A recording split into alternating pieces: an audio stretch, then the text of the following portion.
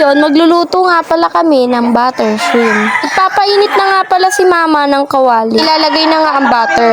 Kapag mainit na ito, medyo may tubig pa nga yan, kaya masyadong pinapainit pa talaga para matuyo na ang tubig. Kung pinapainit nga yan, ay binuksan na nga ang butter para ilagay sa kawali. Charan! Ayan, malapit na nga uminit ang kawali at pwede nang ilagay ang butter. Natuyo na nga ang tubig, tsaka doon na ilalagay ang butter.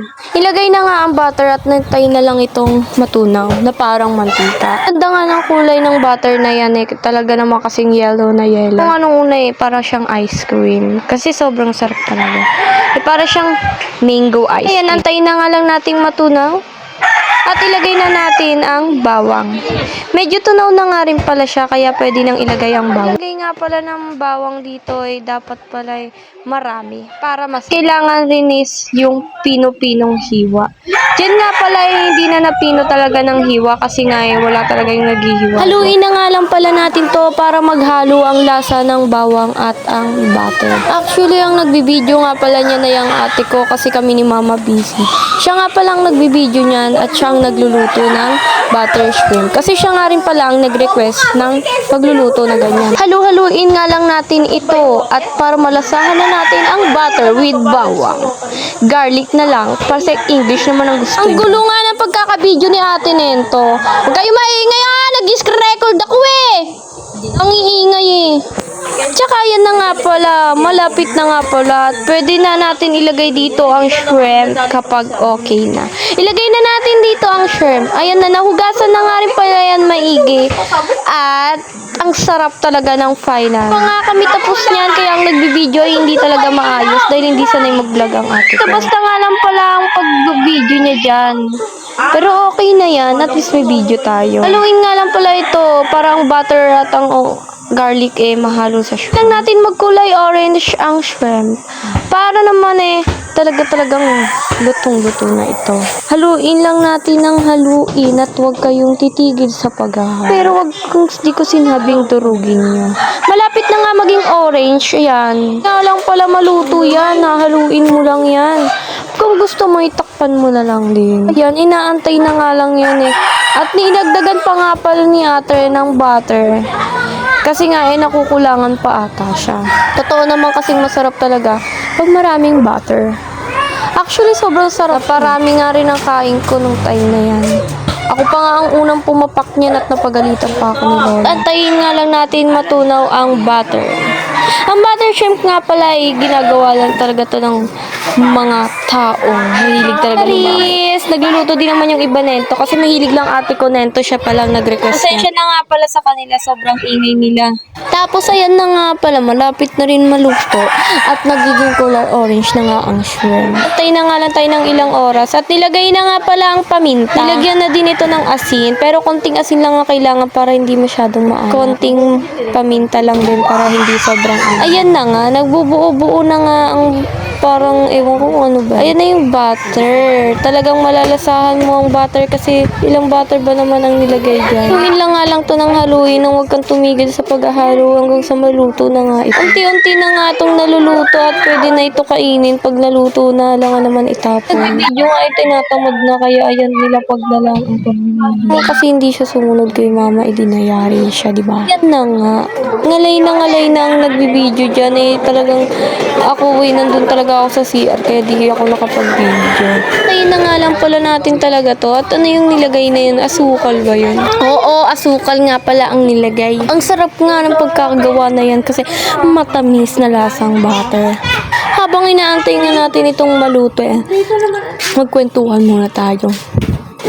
Actually, nung isang araw nga pala ay naligo nga at nagamit na pala namin ang owner. Diba nung pag-uwi namin sakto nasa gitna pa kami ng kalsada napatayan kami. Buti na lang talaga yung driver namin magaling. Si Papa pala ang naggawa nun. Ang galing niya talaga, napagawa niya pa yung owner. Ang gitna pa ng kalsada kaya naman kami kinakabahan kung paano namin maitatabi ang owner. Nasa gitna kami. Tapos ayun na nga nung umuwi na kami. Syempre pagod na kami sa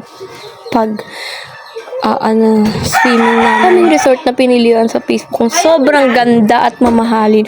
Alam niyo ba kung saan kami nabagsak? Sa dagat na parang Long Beach. Tutuusin, mas maganda pa nga ang Long Beach kaysa dun sa pinagliguan namin. Talagang nakakapangsisi. Isang cottage, mahal-mahal pa. Ayun pa. Hindi ka nalugi kasi nga yung cottage nila ay may ilaw naman, may kuryente. Kaya na nga ng kaunting sili para hindi masyadong maanghang.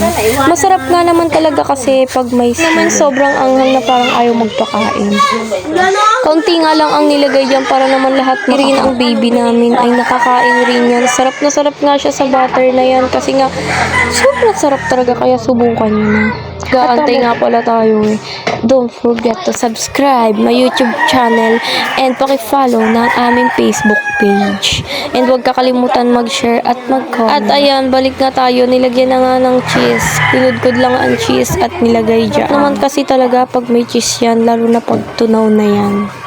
Butter with cheese na pinaghalo, talaga masarap. Antayin nga lang natin ito. Ang pagkukudkod na sobrang tagal na parang nag-aantay ka ng snow sa Pilipinas. Sobrang dami nga ng cheese na yan kasi masarap nga pag mas marami. Malapit na nga itong maluto at maaari na natin itong ihain pag okay na ito. Haluin nga lang ito ng haluin para ang cheese ay matunaw. Malabas na nga ang kulay at ang tunay na kulay na ito. Gusto nyong matikman, subukan nyo na ito at gayahin. Masarap to pag nagawa nyo ito. Baka makalimutan nyo ang pangalan. Baka balik-balikan nyo at ulit-ulitin nyo rin ang pagluluto nito. Sobrang sarap nga talaga nito. Nakailang sandok din ako nung kumain ako nito. Kasi yung sabaw lang talaga yung hinabol. Kasi hindi talaga ako nakain ng hipon. Pero masarap naman ang hipon. Ayoko lang talaga. Pwede rin naman basta yung balat na nahipon. Charot. Yan na, tinikman na nga yan. Kasi nga kung okay na ang lasa. Kung hindi na ba medyo nalalasahan ang butter. Kasi dapat ang lasa niyan ay halo-halo talaga na butter, cheese, and yung mga nilagay pang templado dyan. Hinalo na nga lang ito hanggang sa matuyot ito. Maganda pa rin talaga pag may sabaw. Huwag nga pala kayong mapagod sa kakaantay hanggang sa maluto ito. Malapit na to'y maluto ay antayin na lang natin maluto to. Kumukulo na nga talaga ng sobra at nangangalay ng bunga nga ko kaka-screen record. Tinikman na nga ng nagluluto. Nangangalay na. Pero yung nagbibideo din na ay nangangalay na. At ayan na nga ang final. Tapos na din ang paghihirap. Natapos na nga at tignan nyo naman.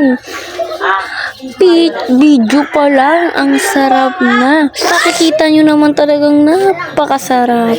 At ito nga pala kami naligo nung time na yon. Yung kwento ko nga pala sa inyo. Ito, pinakita naman na nga pala namin to dito sa video para makita nyo rin pala ang pinagliguan. Si Papa ay nakisali pa nga dyan sa volleyball at si Eunice. Marami nga palang tao sa pinagliguan namin na yan. Cottage lang talaga ang binayaran namin. Pero sobrang ganda naman paghapon ka na naligo kasi walang sobrang lamig ng tubig at ang lakas ng araw. Nadapa pa nga si Kuya, deserve mo yan, charo. Bakit nga ba nadapa? Siyempre natapilok. Wag po tayong tanong. Tapos ayan na nga si Eunice nasa kabila at si Papa din nasa kabila na may pasipa-sipa pa yan ng buhangin. May pa-stretch-stretch. Kala mo naman talaga napakagaling mag-volleyball. Sobrang saya nga nung time na yan kasi kompleto talaga kami habang naliligo. Parang Long Beach nga lang siya pero mas malinis siya sa Long Beach. Sobrang dami nga ng pagkain dyan at ang dami rin talagang tao. Kaso sobrang init and yun na lang, salamat.